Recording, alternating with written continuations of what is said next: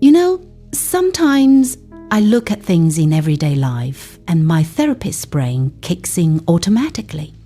Like the other day, I passed an old minivan and I found myself thinking, if this minivan could talk, it might have trauma. I know that sounds silly, but let me explain. Because for so many of us living with trauma or chronic anxiety, the way our nervous system works really does feel like driving a car with a faulty, overly sensitive alarm system. Imagine this. Every time someone walks too close to the car, the alarm blares out loud, even though no real danger is there. That's what living with trauma can feel like. The nervous system gets stuck in a heightened state, always scanning for danger, always ready to go off at the smallest touch. And when that's happening inside of you day after day, stress, hypervigilance, irritability, and exhaustion become your constant companions. You feel tense, on edge, easily startled, and eventually burned out. Now here's the science part. Our nervous system has two main gears. The sympathetic state. This is the activated state. It's when your body thinks it has to fight or run. Anxiety lives here. Adrenaline, tight muscles, shallow breathing. It's not bad in short bursts, it can actually protect you. But when you live here constantly, it wears down your mind and body. The parasympathetic state, this is the calm and restore state. Here's where your body digests food better, your mind feels safe, your heart rate steadies, and you can connect with yourself and others. With trauma, most people end up sympathetically dominant, stuck in high alert. But the good news is, just like any habit, your nervous system can be retrained. You can teach your body to spend more time in the calm, parasympathetic state and only activate when truly necessary. And how do you do that? Not in one big leap, not by wishing stress away, but by building small, consistent daily micro-habits that retrain your body gently, like rewiring an old alarm system so it works properly again. So in this video, I'm going to share with you 9 daily habits, practical, small steps you can build into your life that help regulate trauma, reduce anxiety, and restore balance to your nervous system. Each one is simple. Each one matters. And if you practice them regularly, over time, your nervous system begins to learn safety again. 1. Be proactive and set clear intentions. Most people, when they come into therapy, tell me, I just don't want to feel so stressed. I don't want to feel triggered. I don't want to feel anxious all the time. And of course, that's understandable. Nobody wants to feel those things. But here's the catch. When we frame our goal as, I don't want this feeling, we're still centering our lives around the very thing we're trying to escape. It's like saying, don't think of a pink elephant. What just popped into your head? A pink elephant, right? The harder you try to not think about it, the more it shows up. That's what happens with stress. The more we fight it directly, the more we lock ourselves into reacting to it. So instead, the first habit is to flip the script. Be proactive. Set a clear, positive intention for your day. Instead of, I don't want to feel anxious, say, I will pause and breathe when I feel overwhelmed. Instead of, I don't want to be so reactive, say, I will practice kindness toward myself today. See the difference? One is a fight against stress. The other is a choice of direction. Think of it as steering the car. If you keep saying, "Don't crash, don't crash, don't crash," your eyes are still fixed on the wall you fear. But if you say, "I'm steering toward the open road," suddenly you're focusing on where you actually want to go.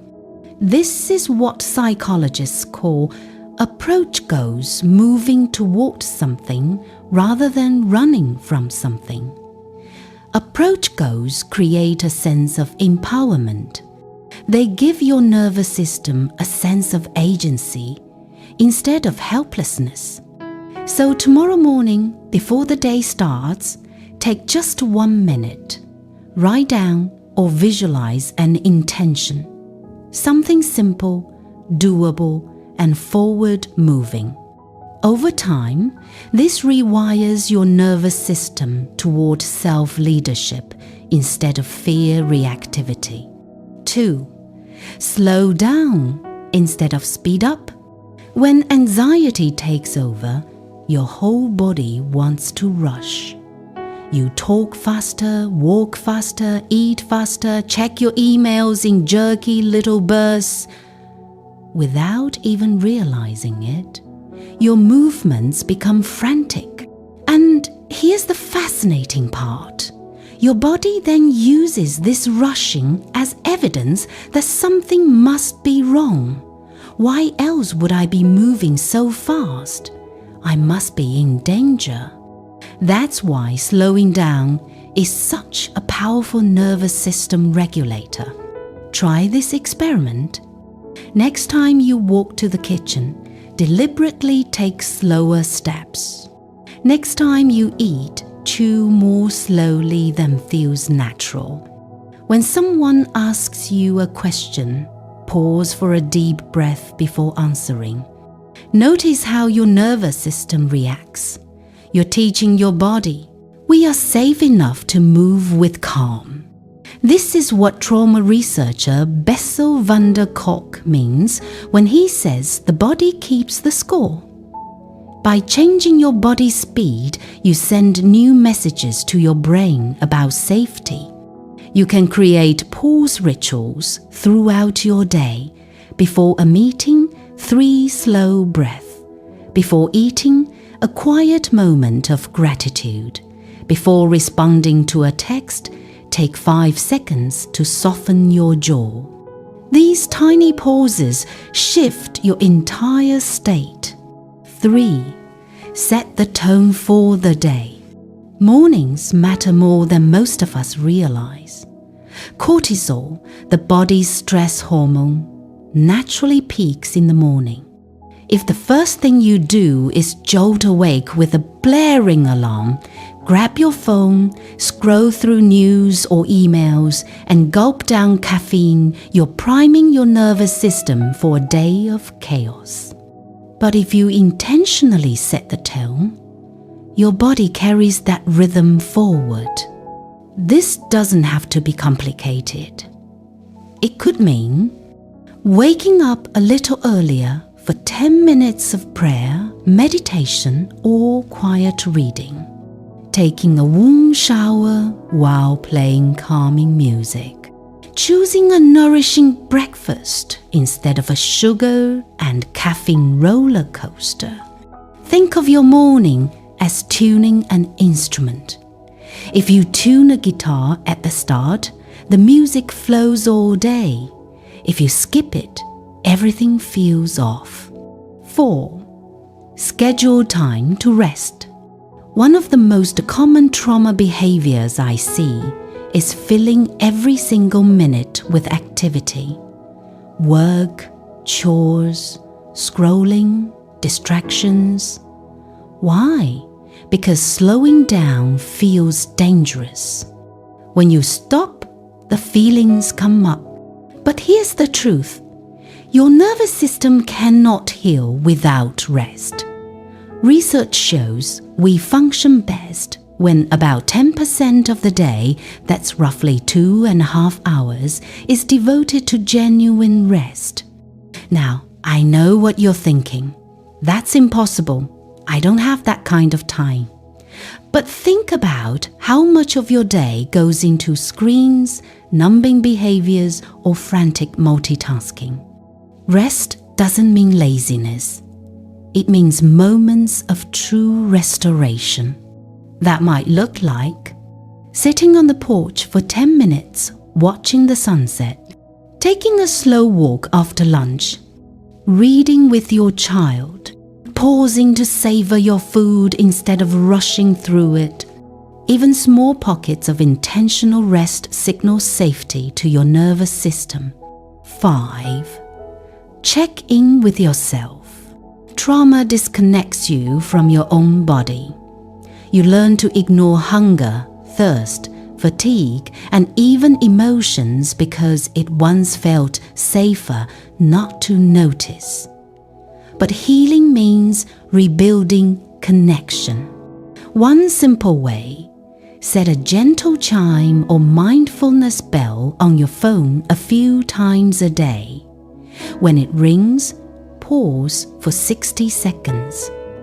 Notice, what sensations are in my body right now? What emotions are here? Do I need something water, a stretch, a break? Then gently name it. I feel anxious. I feel calm. I feel tired. This is not judgment, it's awareness. And awareness itself is regulating. Over time, this practice rewires you toward self-attunement, the very thing trauma once stole from you. 6. Counteract hypervigilance by restoring safety. Hypervigilance is exhausting. Always scanning the room, anticipating threats, unable to fully relax. To counteract this, practice orienting to safety. Wherever you are, gently turn your head and notice 3 things you can see, 3 you can hear, 3 you can feel. Ground yourself in the present moment. Remind your nervous system. Right now, right here, I am safe enough. Some people also carry anchor objects, a small stone, a piece of jewelry as a physical reminder of safety. Others repeat affirmations like, I am safe, I am supported, I can handle this moment. Each time you do this, you're training your alarm system to settle instead of scream. 7. Build skills to bounce back from triggers. Here's an important truth. Even the healthiest person still gets triggered. The difference is they know how to recover quickly. A resilient nervous system doesn't mean you never get upset. It means you can come back to balance. So the key habit here is to have a plan for triggers. Create a list of things that help you reset. Sensory resets.